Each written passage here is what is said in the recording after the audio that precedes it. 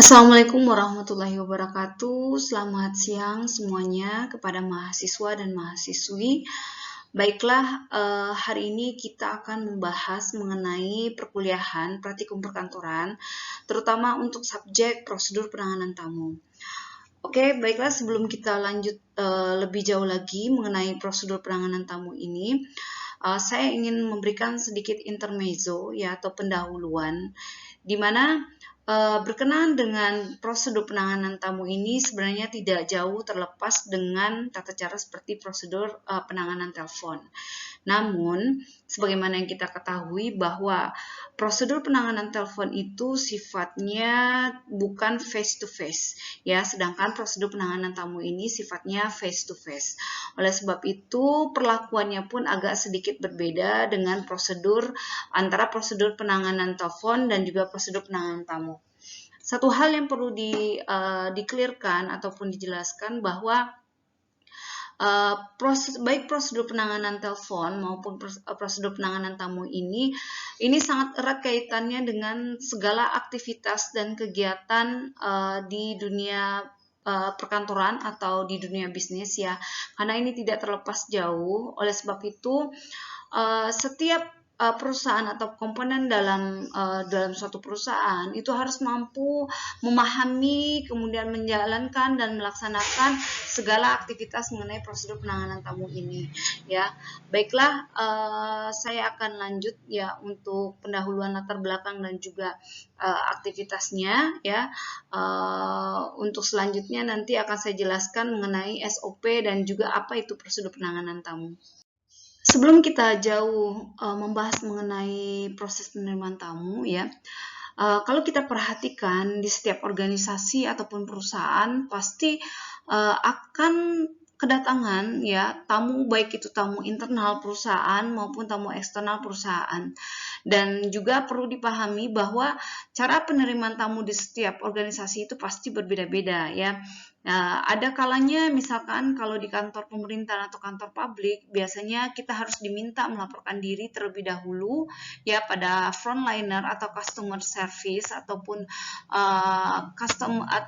pihak atau petugas yang berhubungan langsung dengan konsumen ataupun tamu ya.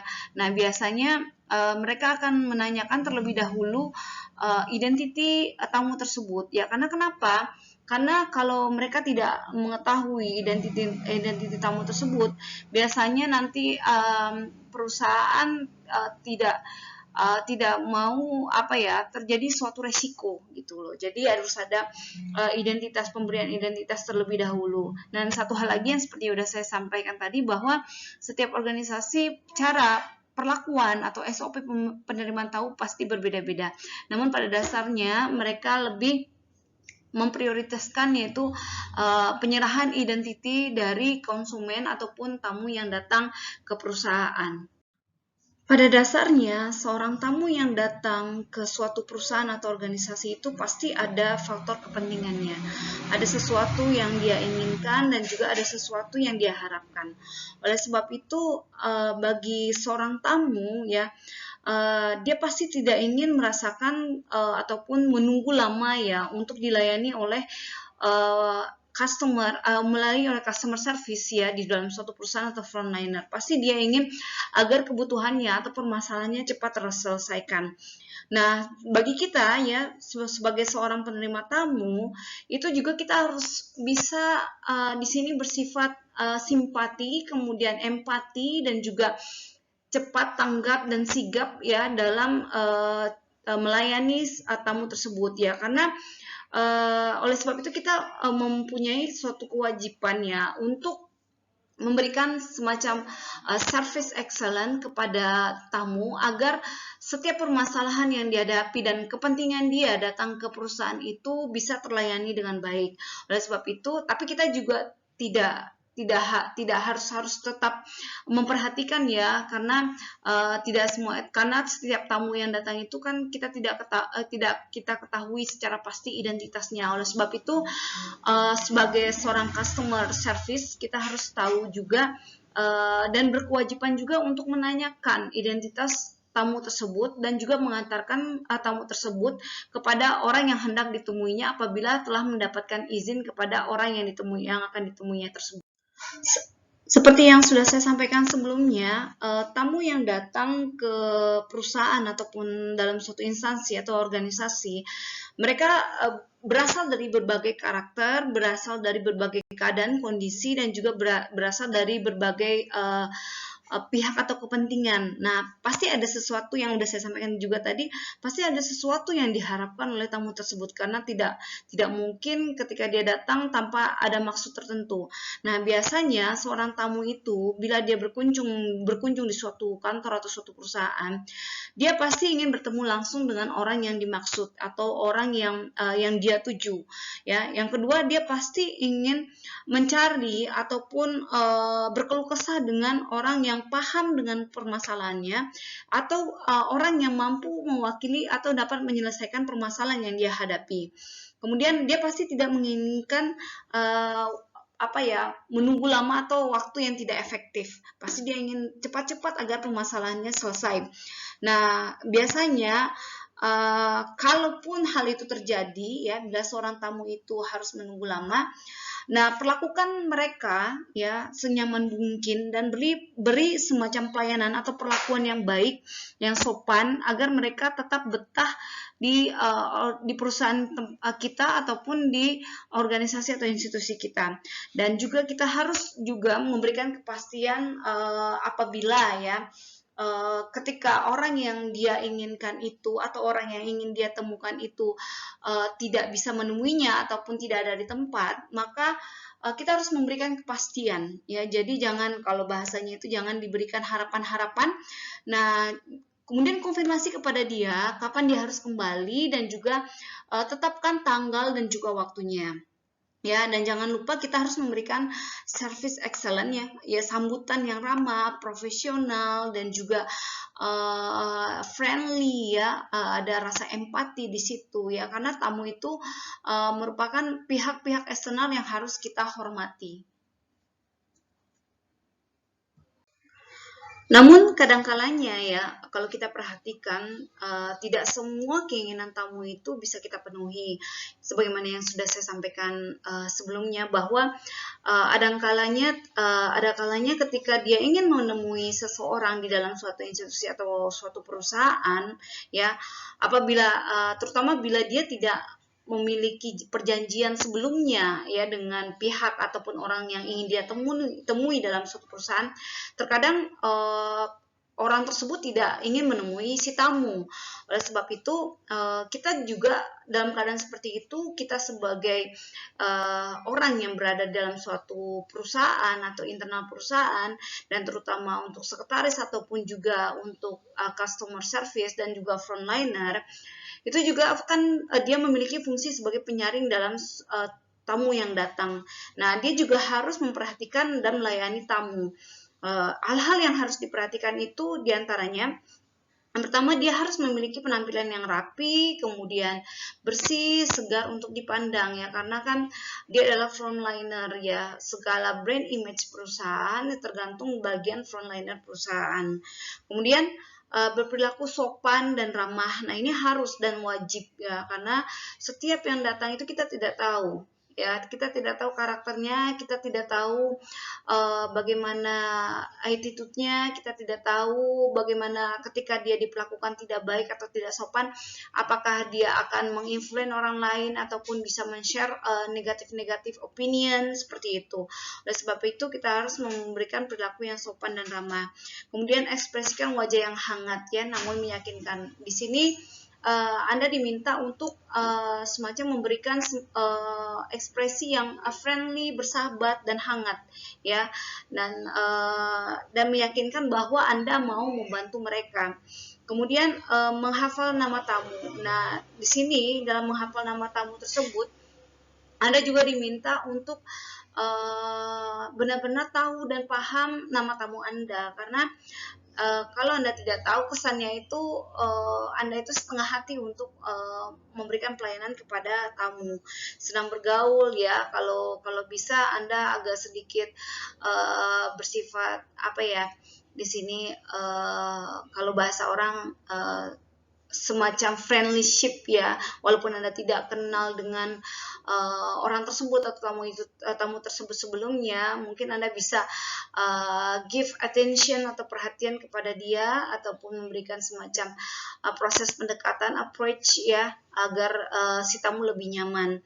Kemudian menjadi pendengar yang baik. Nah, di sini Anda diminta untuk memberikan semacam opinion ataupun sebagai pendengar ya kepada apa segala keluh kesah si tamu, kemudian permasalahan tamu yang dihadapi oleh tamu. Nah, itu Anda menjadi seorang pendengar yang baik.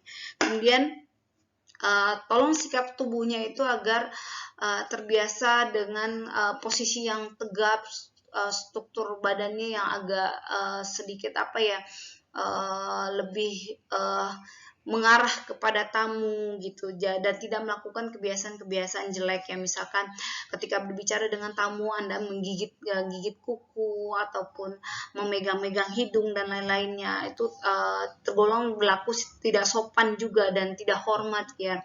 Kemudian Anda harus melakukannya dengan penuh semangat, karena Anda mengatakan bahwa tamu adalah part of your organization ya, bagian dari organisasi atau institusi Anda. Kemudian pakailah nada yang jelas, suara yang jelas, kemudian enak ya, intonasi bahasanya enak dan tidak terkesan tergesa-gesa ataupun terkesan agak sedikit kurang enak didengar ya, dalam artian di sini kurang friendship ya, jadi kurang kurang memahami keluhan si pelanggan. Nah, kemudian tenang, Anda harus tenang dalam menghadapi tamu ya, karena kita tidak tahu tamu yang datang itu dari berbagai kondisi ya. Ada kondisi tamu yang benar-benar agak egois, kemudian ada juga tamu yang dia itu sabar ya. Nah, oleh sebab itu Anda sebagai customer service ataupun frontliner harus bersikap tenang dalam menghadapi tamu apapun itu kondisinya. Kemudian tangani tamu yang komplain ya, yang berkeluh kesah pada Anda secara profesional, karena ya itu tadi yang saya sebutkan sebelumnya, bahwa tamu itu secara tidak langsung adalah bagian eksternal dari perusahaan yang harus dihormati dan juga harus dihargai, dan kita harus empati terhadap keluh kesah yang dia alami. Baiklah, saya akan menjelaskan sedikit ya, ataupun SOP atau standar operasional cara penerimaan tamu. Yang pertama, tamu datang ya. Tamu datang biasanya dia akan menemui frontliner ataupun pihak yang berada di depan ya, ataupun lini depan dalam suatu perusahaan. Biasanya seperti sekretaris, kemudian customer service ataupun frontliner. Nah, kemudian ketika tamu datang, apa yang harus dilakukan oleh frontliner tadi? Yang harus dilakukan pertama kali ya, untuk standar operasional prosedurnya, yang pertama minta tamu untuk mengisi buku tamu ya. Jadi minta si tamu tersebut untuk mengisi buku tamunya. Nah, sebelum tamu itu mengisi buku tamu, Anda juga bisa minta kepada si tamu itu berupa card identity ya, identity card atau kartu identitas mereka. Nah, setelah dia sudah mengisi buku tamu, kemudian dia sudah memberikan kartu identitasnya, maka tamu diberikan semacam kartu tamu atau visitor. Nah, atau invitor ya. Jadi visitor ini dia merupakan tamu yang datang, kemudian invitor ya, itu tamu yang datang yang sudah di-invite ya, atau diundang oleh perusahaan. Nah, kemudian setelah tamu akan diberikan kartu tamu atau visitor tadi, resepsionis, customer service ataupun juga frontliner akan menghubungi sekretaris ya. Sekretaris sebagaimana yang Anda ketahui bahwa dia adalah perpanjangan tangan dari pimpinan dalam suatu perusahaan. Kemudian sekretaris akan menanyakan keperluan tamu kepada customer service tadi ataupun frontliner tadi. Nah, setelah itu setelah dikonfirmasi kebutuhannya apa, misalkan dia ingin menemui pimpinan ataupun dia sudah diundang oleh pimpinan untuk membicarakan sesuatu hal. Nah, kemudian sekretaris akan konfirmasi ke pimpinan mengenai informasi tersebut ya. Nah, pimpinan akan akan melihat jadwalnya biasanya, kemudian dia melihat apakah dia bisa menerima tamu atau tidak. Nah, kalau dia bersedia menerima tamu, maka pimpinan akan meminta si sekretaris ya untuk mengantarkan tamu kepada pimpinan. Dia akan mengantarkan tamu kepada pimpinan, kemudian tapi sebelumnya sekretaris akan konfirmasi dulu ke customer service atau frontliner tadi ya, bahwa pimpinan bersedia untuk menemui tamu.